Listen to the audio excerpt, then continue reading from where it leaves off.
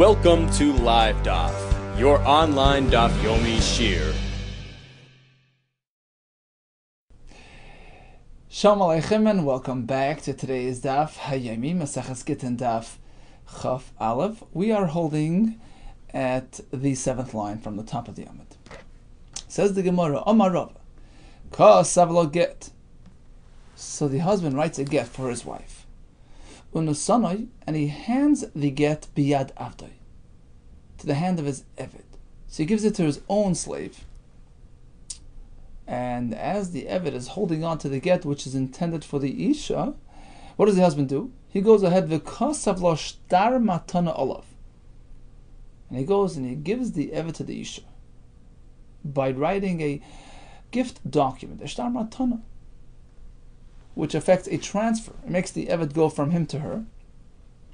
So once she owns the eved, kan as hu, so she now owns the eved, she acquired the slave, umiskareshes boy, and since it is her slave now that is in possession of this get, it affects divorce. Why? Because just as one can hand the get directly to his wife, as the pasuk says, "V'kasav lo sefer krisis v'nasan biyada," we're going to learn later on, Bez Hashem, that one can even place the get into her property, gaga, chatzera, karfifa. So, since she had now acquired, she was now zoich and the eved becomes like her property, her chatzar. We know that all throughout Shas, an eved is compared to karka, to land, in terms of kinyanim, etc. So it's as though the get is now sitting in her karka, in her land, in her property, in her chatzar. And as Rashi explains, it happens simultaneously. He's giving her, the husband that is, he's giving her the eved, which is like her chatzar, and the get at once, simultaneously. She's receiving the chatzar / get at the same time. So that makes it gerushin.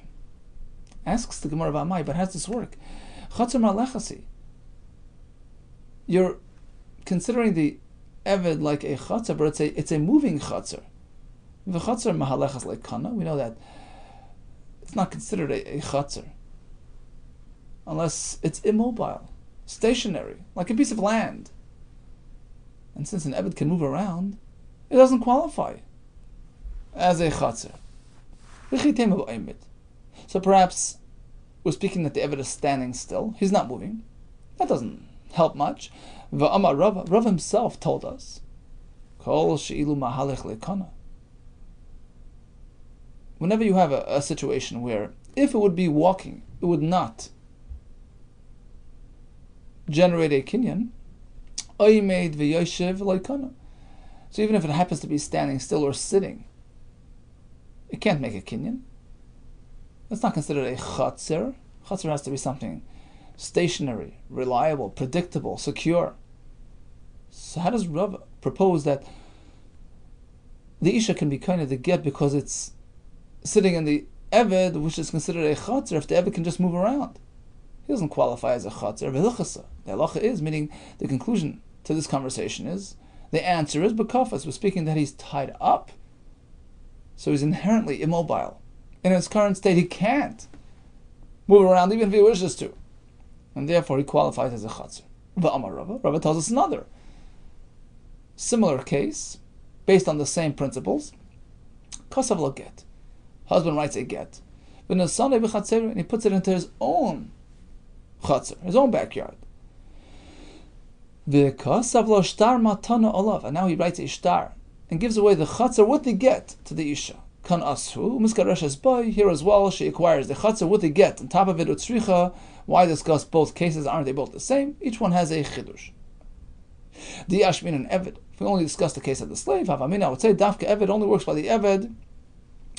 Aval chatzar, as opposed to the case of the chatzar, there may be a concern that he might not do it properly. It might create confusion.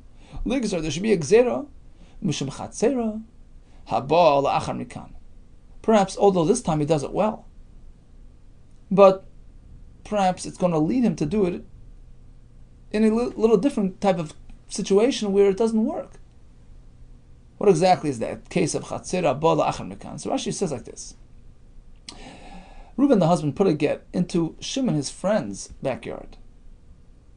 So the placement of the get was into a stranger's place. It wasn't given to his wife, not into her hands or into her property. Rather, the get was placed in a total stranger's place.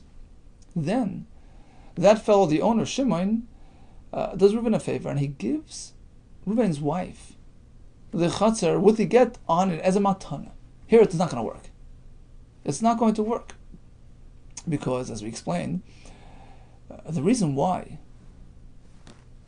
the get can be placed into her chatzar to begin with is because one's property, one's chatzar is like his yad. It's like an extension. It's like a yada arichta. It's like an extension of himself.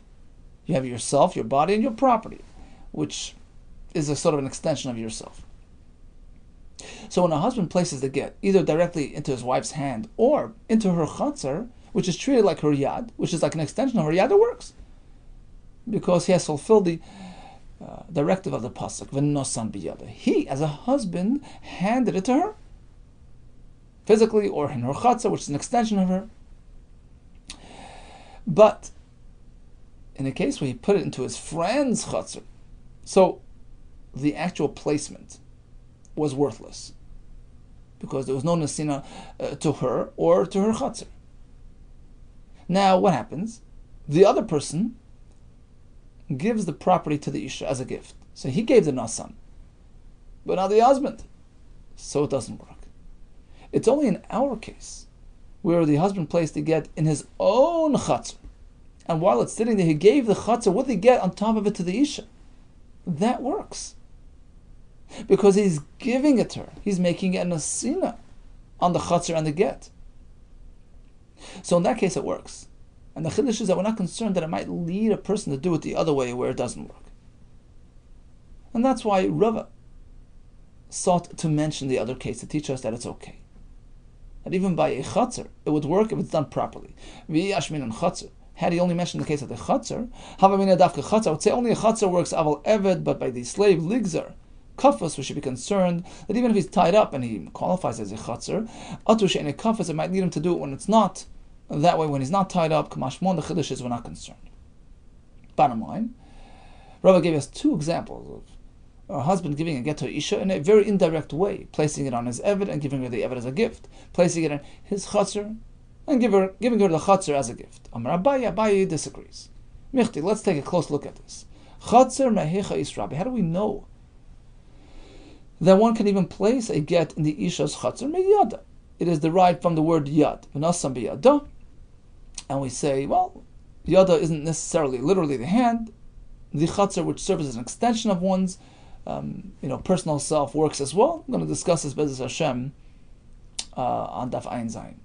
Well, says Abaya, if it's included in yada, it needs to be comparable. It needs to match the qualities of yada. It needs to fit the same criteria. Ma yada, just like one places the get, one hands it to his wife in her hand, the isa, that can work bein medata, whether with her consent and interest in accepting the get, bein ba'al karcha, even against her wishes. A person can force his wife to accept the get, and the get is fully kosher. Af chatzera, the same with a chatzar. The chatzar would only qualify. You can only do it by way of a chatzar if the chatzar can qualify, can work the same way a yad works, because it mirrors. It has to mirror the yad. The isa bein midato bein ba'al karcha needs to be feasible, with consent or without consent. V'matana, but this scenario that Rav is describing, where he's using the chatzar in a matana form, he's giving her the chatzar as a gift. Well, guess what? You can't force a person to take a gift. Midata isa works with her consent. Ba'al karcha less, it doesn't work against her will. So this form of giving doesn't work by get. If it's being used as a form of v'yada, well, it can't. It can't qualify as yada because it doesn't have the bal karcha element. Maskav l'Rav Simi bar Ashi. Bal Karcha is a precondition. V'hashlichus l'kabbalah. Let's take a close look at the concept of shlichus l'kabbalah, where the Isha makes a shliach. You be my agent to accept the get for me. Now, the Madata Isa, that concept of shlichus, is certainly only applicable if she invited him, she is interested in it. She appoints a shliach, right? Bal Karcha, so you can't force it upon her. You can't make a shliach l'kabbalah for the Isha. And we see it works. You can make a shliach l'kabbalah even though it doesn't have the element of Baal Karcha. Right? So, who says you need the element of Baal Karcha as an ever-present feature? Abaye responds to this. Abaye, Atu shlichus miyadis Rabbi. Why are we mixing up the concepts here? We're speaking about shlichus now. Well, shlichus is not connected to yada. Chatzer is an extension of one's hand, an extension of one's presence. Yeah, that has to match yad. But shlichus, totally different parsha, totally different concept. Shlichus miyadis Rabbi. That's not what we learn. Shlichus from yada. No, mi v'shilach v'shilcha is Rabbi. Instead of the pasuk saying v'shilach, it says v'shilcha. We learn that she can make a shliach. So you're right. Even if it doesn't work Baal Karcha, it can still qualify as a shliach. Another response to the kasha can be, well, you're proving from shlich l'kabbalah. Well, shlichus l'kabbalah nami ashechon Baal Karcha. I'll give you a situation where you can even force a shlich l'kabbalah to accept a get. You know where? Shekein av mikabel get l'bitoy ktana Baal Karcha. We're trying to prove that you can make a shlich l'kabbalah Baal Karcha. Guess what? A father can be makabel a get on behalf of his young daughter. Right? He's sort of administering her affairs. He can be makadosh her. He can accept gerushin for her. Baal Karcha, even if she's not interested, he sort of turns into a shlich l'kabbalah against her wishes. So you see that Baal Karcha applies even by shlichus l'kabbalah, and therefore the kasha is answered. Bottom line, Rava tells us, if instead of handing the get directly to the Isha, he decided to put it in his chatzar, or give it to his eved, and give it to her as a gift, totally, the whole package, it works. And Abaye seems to disagree. So the Mishnah tells us that one can write a get on basically anything, on an olive leaf, or on the hand of an eved, and give her the whole eved, or on the horn of a parah and give her the whole parah. Bishlami yad the eved. Question is, why is he required to give her the whole eved? I understand that you can't chop off the hand of an eved. And Rashi on top says the shaykh b'mitzvah. He's like sort of half Jewish. He's shaykh a mitzvah. Ve'ene Rashi l'chavel boy, v'imchavel boy yetzel l'chiris. Brashi yivadam. Person not allowed to harm the eved. In fact, you see that if that happens, he goes free. Alma ene Rashi l'chavel boy. Clear that we can't. You're not allowed to. So injuring him is not an option. So you have to give him the whole eved. Give her the whole eved. Elokeren shel parah. What about the next case? He decided to write a get on the horn of a parah. Why does the Mishnah tell us that he has to give her the whole parah? Liktsaya, let him remove the horn. Relace v'lo, and give her the horn. Skip the parah. Amakra, the pasuk says like this: V'kasav v'nosam. Right? The pasuk says he writes her a get and gives it to her. We learn from here that those are the only two phases missing. The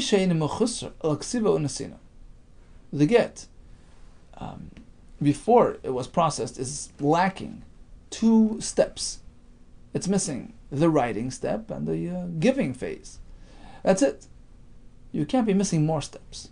Yotze says, as opposed to a fellow who writes the get on the keren shel parah and then removes the keren and gives it to her, shemechusa ksiva, it's missing 3 steps. Ksiva, tzitza, removal from the parah, unesina, giving it to her. So it sort of creates a disconnect between the writing and the giving, and therefore, if he chooses to write it on the keren shel parah, make sure to give her the whole parah.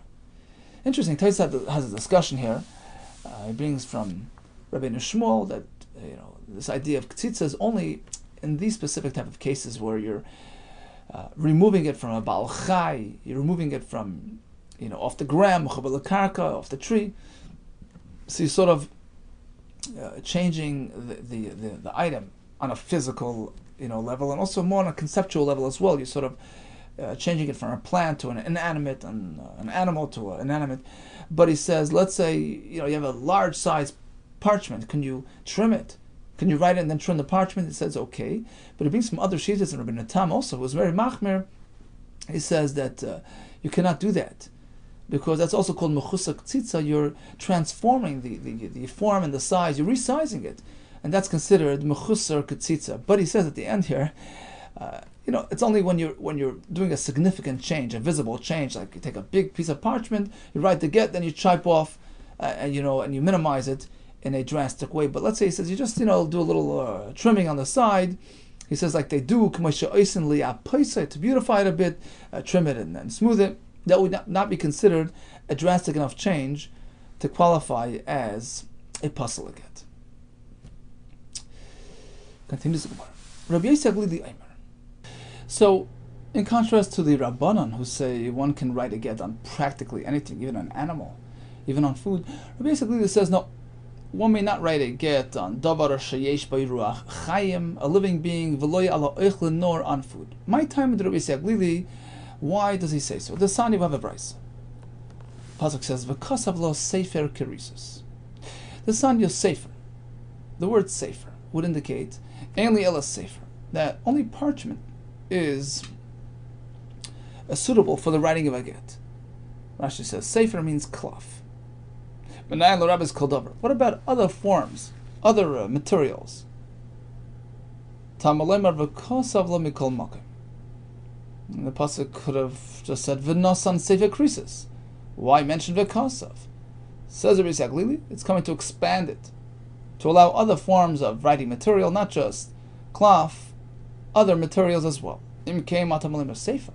Well, if you're including everything, then why even mention sefer, which indicates parchment? To tell you that there is some form of limitation. Ma sefer just says cloth is davar she'ein bo ruach chayim. It's not a living being, at least not today, not anymore. Ve'ein oichel, nor does it eat. Av kol davar, likewise, anything you want to write to get on has to be something she'ein bo ruach chayim ve'ein oichel. So that's basically the shita. We exclude these items. The Rabbanan who say that these are acceptable as well, they respond like this. Iksiv b'sefer. If the pasuk would say because of b'sefer, then it would be as you are saying that the Torah is telling you to write it on cloth because of b'sefer.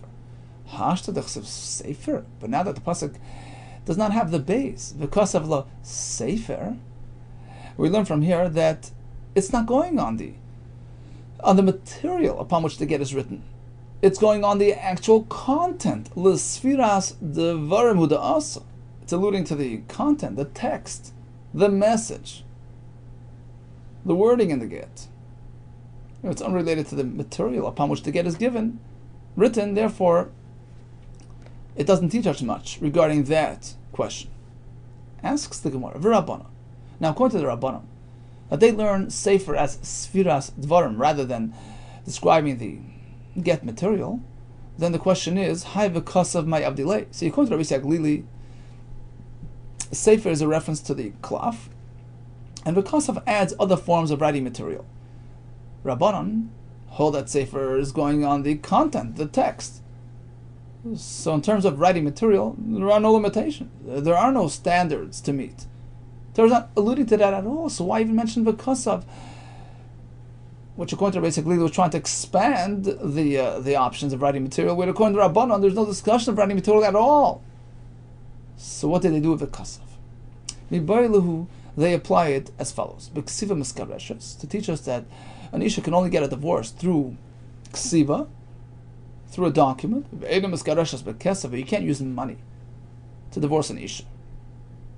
Rashi says, Im amar la helach pruta vizgarshi ba. He gives the isha a small amount of money, and he tells her this is a kinyan of separation. Why would I think it works? Says the Gemara, Salka dedech, I mean, perhaps I would say, Akish yitzia lavaya. If you look at the pasuk, we see a connection between leaving one husband and entering marriage as well. It says, V'yatza, she leaves mi beisi, leaves his home. And then she goes and marries somebody else. So we see that connection between becoming unmarried and becoming married.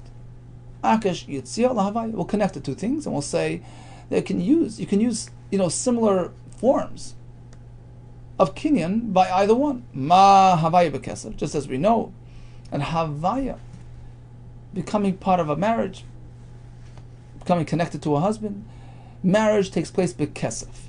We know this in the beginning of Maseches Kedushin. We learned from Psukim. We'll see Be'ezus Hashem. So, just as Kedushin can be affected through kesef, and actually over there he's giving her the money to sort of acquire her. But bottom line, money makes a kinyan. Af yitzio nami b'kesef here as well. Perhaps you can use money. Once again, he gives her a coin and says, "This is the gerushin." It makes a kinyan. It terminates the marriage. Gamash Mulan. Therefore, the pasuk says v'kosaf. A get only through document.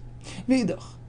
Now, Rabbi Yehuda already used v'kosaf to expand, to include other, writing materials.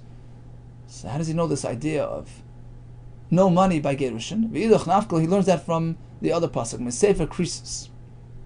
Not the other pasuk, this pasuk, but it says Sefer Krisis, and Rashi says Sefer Krisis means that the pasuk positioned the word Sefer near Krisis, Sefer Krisis, to tell you this is the only form of Krisis. Sefer, only a document. Kursa, this connects her. Kursa, but another form of kinyan could do that.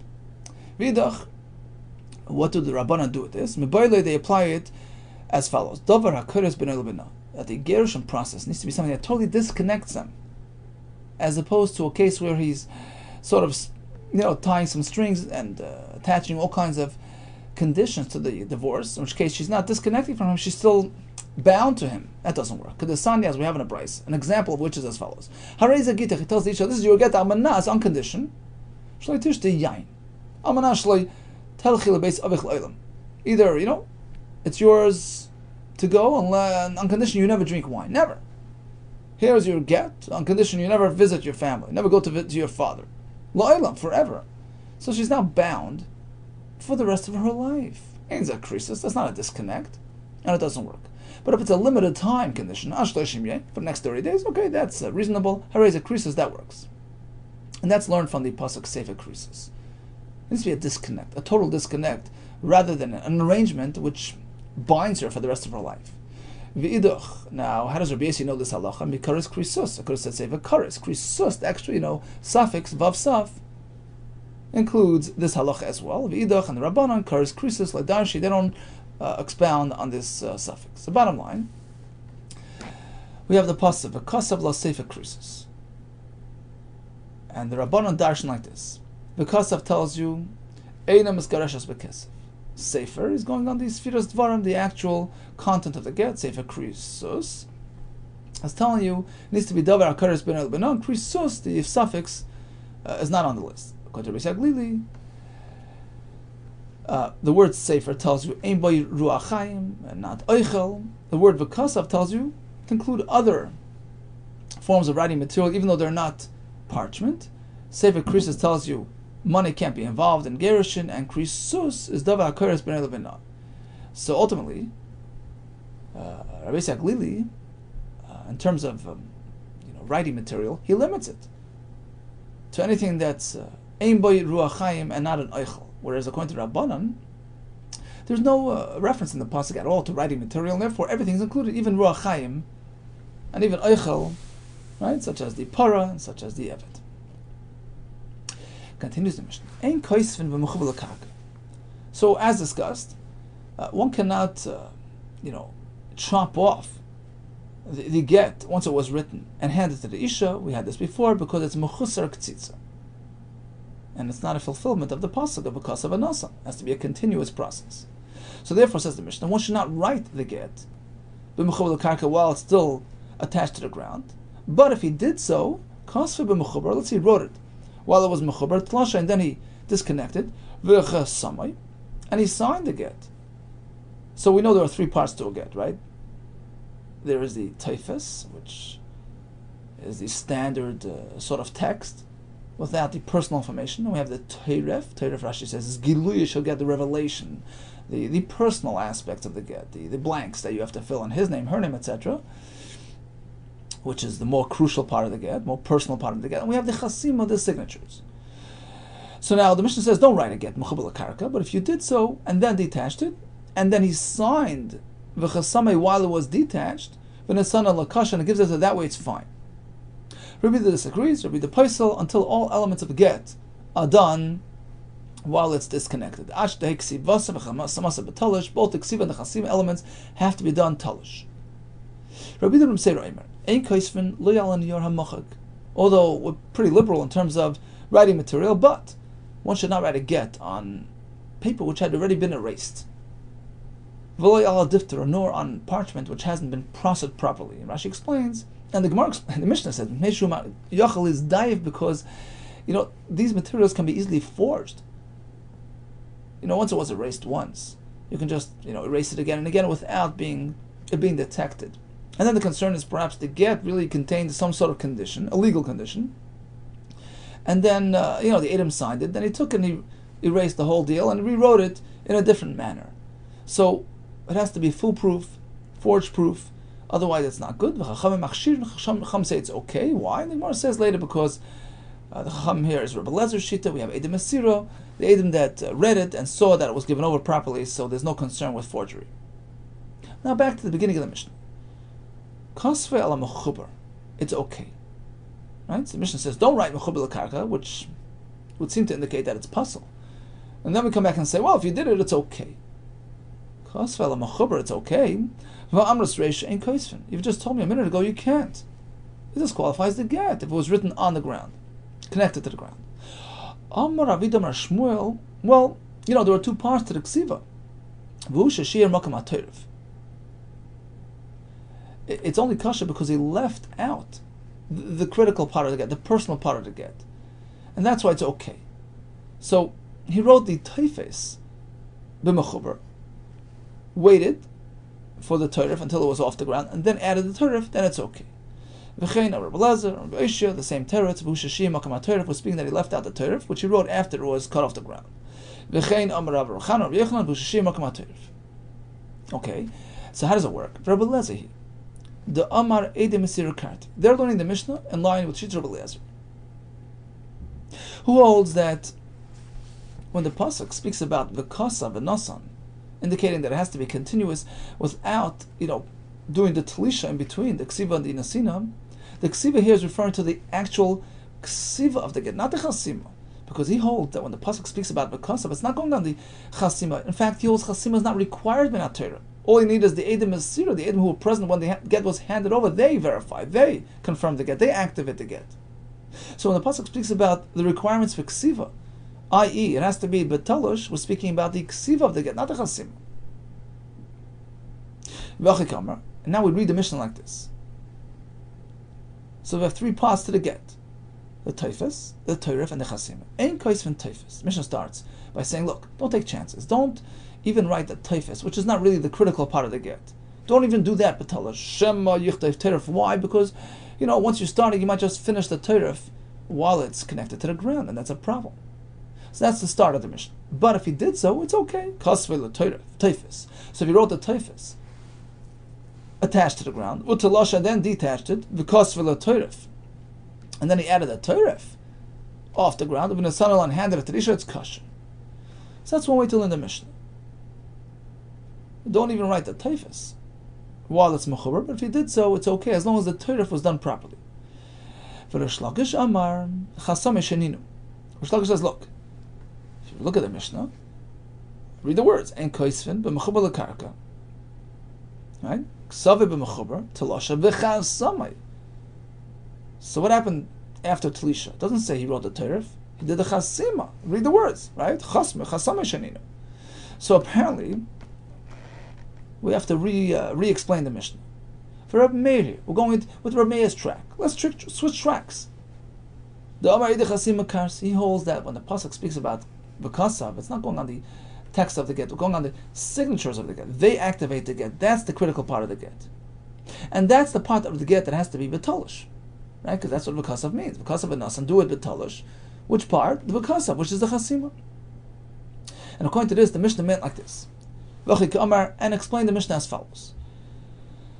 Ein koisvin teiref. So again, we have part A, which is the teifes, part B, which is the teiref, and part C, which is the chasima. So according to Reb Meir, teifes, no problem. You can do it mechubar lekarka. But don't write the teiref. The teiref is the more personal part of the get, which sort of leads to the chasima. It's the end of the.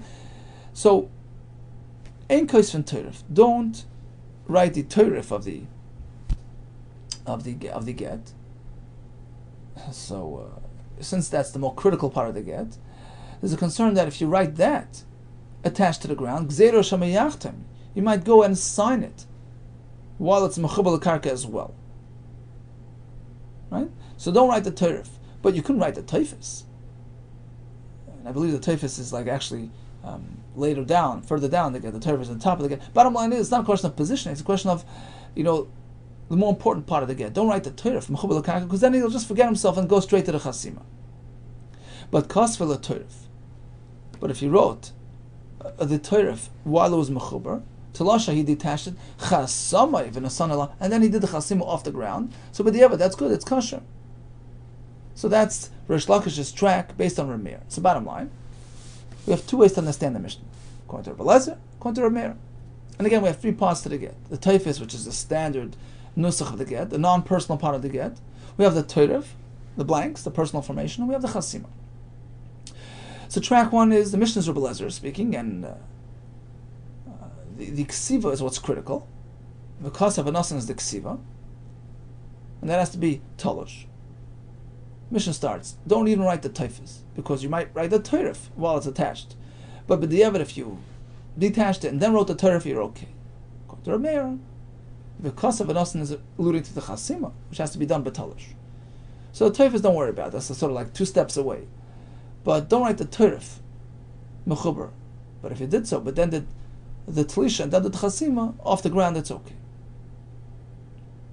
What about kasavai al cheres shel atzitz nakav? He had a atzitz nakav, a flower pot which had a perforation, a hole.